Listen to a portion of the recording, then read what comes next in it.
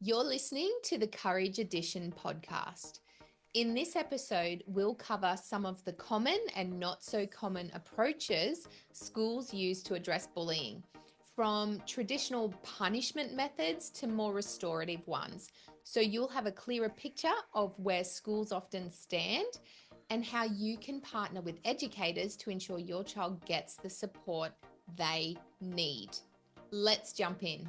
Hi, I'm Kimberly Conicella, massive anti-bullying advocate and mother to two beautiful kids, a qualified education and communication expert who went from being bullied, dealing with the trauma of it, into teaching kids how to deal with conflict.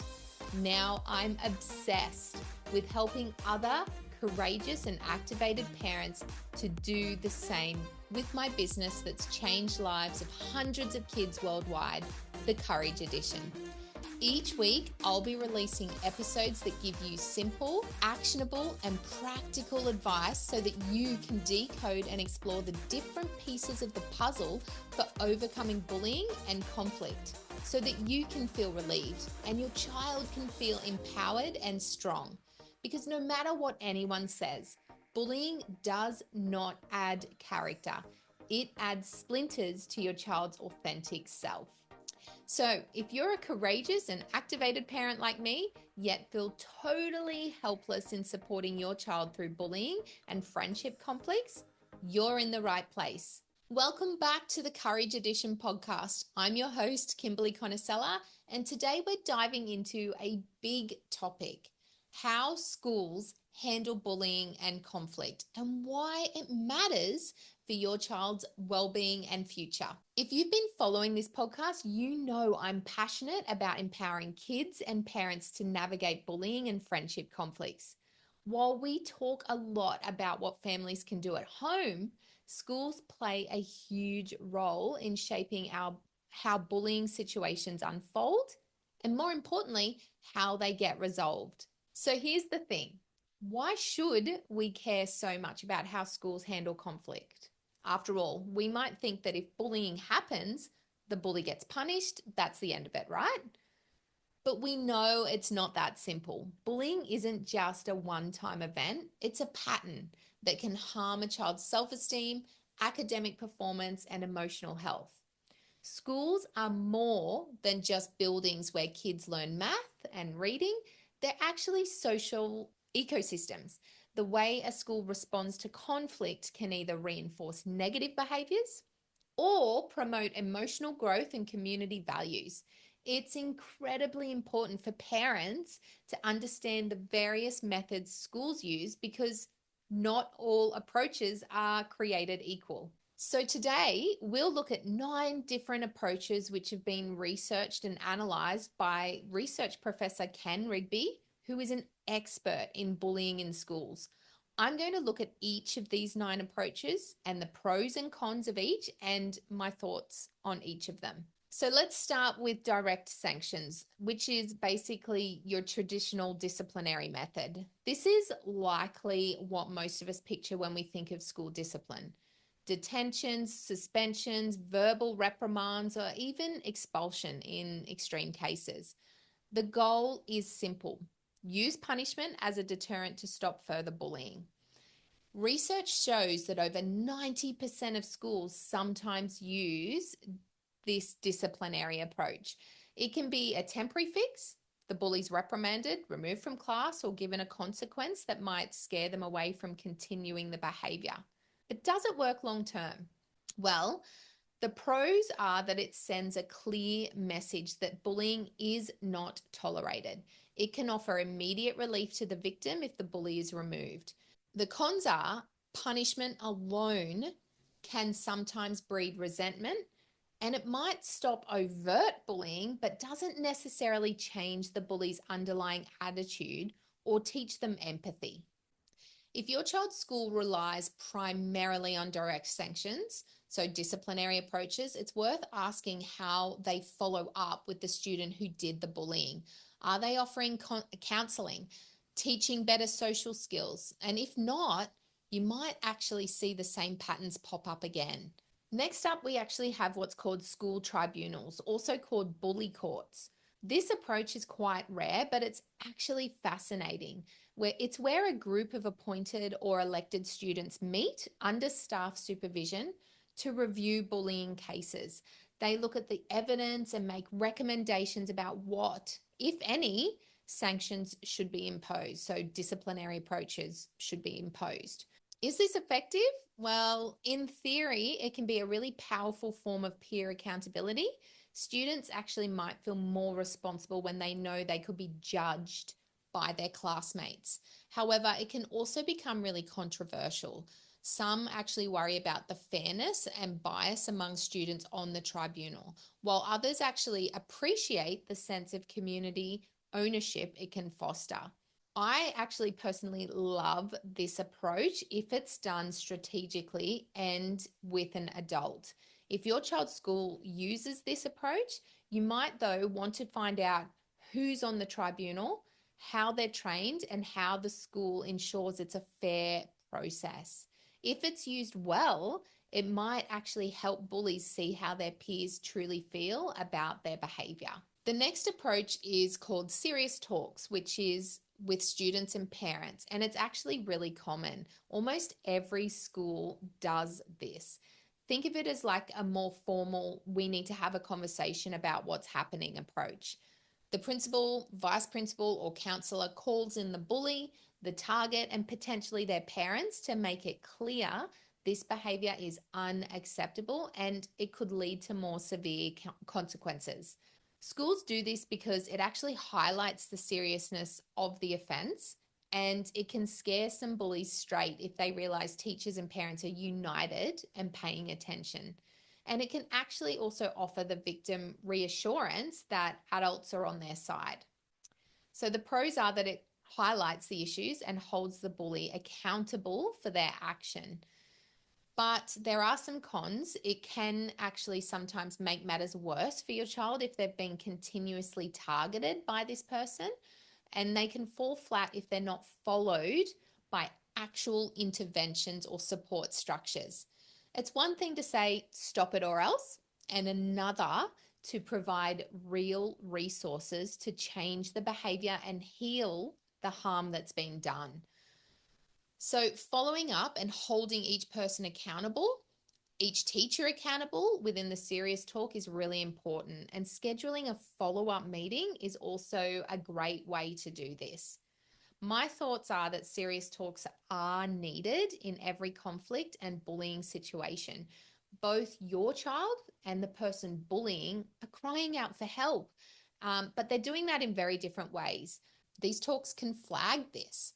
It's what happens after these serious talks that's critical in resolving the issue, and that's where all participants need to be accountable. Let's shift gears to something a bit more proactive. So, bullying prevention in positive behavior support, PBIS. This approach is especially popular in the United States. Essentially, it's like a framework where schools consistently highlight what's acceptable behavior and what that looks like, and teach students how to respond if they witness or experience bullying. Here in Australia, we have a program called PBL, which I believe is quite similar. In my personal experience, don't think they go deep enough with bullying and strategies.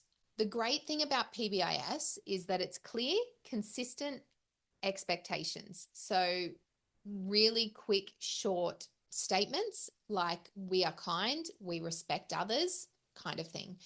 It's a positive reinforcement program. So when you catch kids that are doing the right thing, they celebrate it. And it's swift in negative reinforcement for behaviors that break the rules. So under PBIS, students actually learn from day one that bullying is not okay.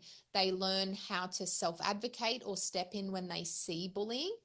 Because it's repeated throughout the year through assemblies, classroom discussions, posters, and teacher reminders, kids hear the message over and over until it becomes like part of the school culture.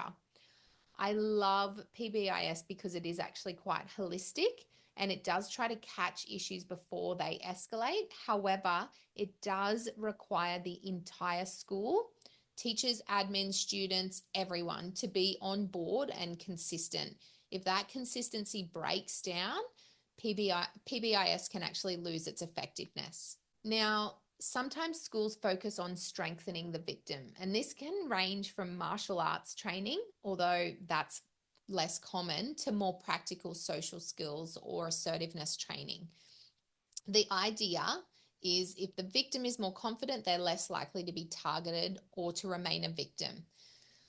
I do like this approach when it's focusing on the inner strength of the victim, because it actually empowers the child who's being bullied, giving them the tools to stand up and speak up. And it can provide a quick boost in self-esteem and personal safety. The pitfalls of it, though, is that we never actually want to imply that the victim is at fault. So you need to be very careful here, or the schools actually need to be really careful here in the language that they're using and how they're approaching the victim, because telling a child they need to learn martial arts to defend themselves, which I don't agree with, can actually feel like victim blaming if handled really poorly. So if the school does nothing else, like addressing the bully's behavior or the culture that's happening at the school, this approach alone, it just might not be enough. So used in tandem with other methods, strengthening the victim can be a really solid piece of the puzzle, helping a child build resilience and life skills. I just want to pause right here for a moment, because if you're listening to this and thinking, I wish I had more concrete tools to help my child navigate bullying, both in and out of school, my Bully Proof Academy is the perfect place to start. So BPA, Bully Proof Academy, is currently being revamped to include even more resources for parents and kids, but you don't have to wait to get started. You can actually check out my micro program, Fight Back Against Bullies in 2 weeks or less, which is a powerful taster that's part of BPA. It's actually designed to give your child immediate strategies to handle bullying and conflict, all while beginning to build their inner strength and self-awareness. This micro program is a game changer and the perfect first step. All the programs I've mentioned today in the podcast are linked below for you to go and check out. All right, let's get back to the episode. The next approach I actually want to talk about is mediation, but it's used only in a minority of cases, usually where both parties are willing to talk. So it's where a trained mediator, adult or peer, guides the bully and the target through a conflict resolution process. The idea is to reach a mutually beneficial solution or agreement. So the key point about mediation is that both sides have to be willing. In severe bullying scenarios, the target might be too frightened and the bully might be unwilling to admit wrongdoing. So mediation works best in those lower level conflicts or friendship conflicts or rifts where the situation hasn't escalated to outright intimidation or bullying. It's actually successful in building empathy because the bully hears the target's perspective and the targets feel, or the victim can feel heard and can advocate for themselves. The resolution then feels fair to both sides, making future flare-ups less likely. The next approach is a restorative approach, and this is actually a growing trend, and it's often seen as an alternative to disciplinary approaches.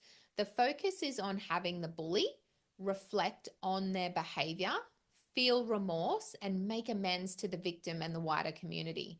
The schools might use things like a meeting between the bully and the victim to discuss the harm done, a group or class circle where those who participated in bullying discuss the impact, or even a community conference that may include parents, teachers, and sometimes other relevant community members. The goal is accountability with empathy. So the bully doesn't just get punished and resentful, they see the real damage they've done and actively work to repair the relationship. This can be powerful, but requires skilled facilitation. If it's done poorly, it can actually turn into an awkward confrontation. And this approach actually needs to be in tandem with other approaches where we're supporting the bullying behavior. Where we're supporting the bully afterwards in changing their bullying behavior and also supporting the victim in their mental health and well-being. The next approach is the support group method, often used in primary schools. It's a non-disciplinary approach also, and focuses on like group responsibility. So a teacher or counselor identifies a group of students who have collectively bullied someone. So this is like group bullying. And at the meeting, the bully group sees evidence of the victim's distress, though the victim is usually not present at these meetings. But also present are a few students who are naturally sympathetic towards the victim. So what happens next in these meetings? So the facilitator says, look, here's what's happening and here's how the victim feels. From there, each student in the group, including the bystanders who might have joined in, is asked to state what they'll do to help the victim. The expectation is that everyone contributes to improving the situation. This method relies on peer pressure in a positive way. Once kids commit to changing their behavior in front of their classmates, they're more likely to follow through. Finally, the method of shared concern, also known as the PBIS method. This is a non-disciplinary approach also, and it's used by a small number of schools. It's meant for groups of kids who are suspected of bullying someone. So in this case, the teacher or counselor interviews each suspected bully individually, sharing a concern for the victim and asking how they can help the situation. Then they meet with the victim separately to offer support and also check if the victim might have contributed in some way to the conflict. Once progress is noted, the group of suspected bullies is brought together to plan a solution, and eventually the victim joins in too, and they negotiate a way forward. It's actually more collaborative than a disciplinary approach and takes time and skill to be done well. This alongside supporting the victim in their mental health and also supporting the bullies to build on their behaviors in a positive way is a really great approach. So we've just taken a really big tour through the main approaches schools use to handle bullying, from disciplinary approaches to restorative conferences to group methods that focus on accountability and shared concerns. Every approach has its strengths and weaknesses, and the best schools often combine different methods based on the situation. My key takeaway for you is to stay informed. Ask your child's school about their policies and procedures. Advocate for a holistic approach. So punishments alone might not solve deeper issues. Kids need empathy, they need self-awareness, and they need positive behavior models. And be a partner, not just an observer.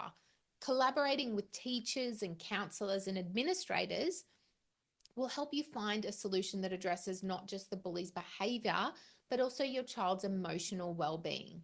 And as courageous and activated parents, we know that this is not just about helping your child overcome bullying and build the inner strength to do so, but it's also about supporting the bully, and so that this behavior doesn't continue and hurt other kids. If you need support in approaching the school, my micro taster course, The Courageous Parent, Standing Up to the School to End Bullying, is game changer.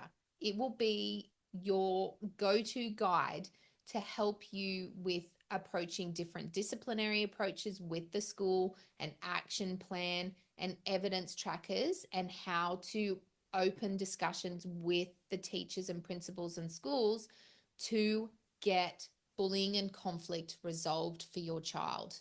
I will link that in the show notes also.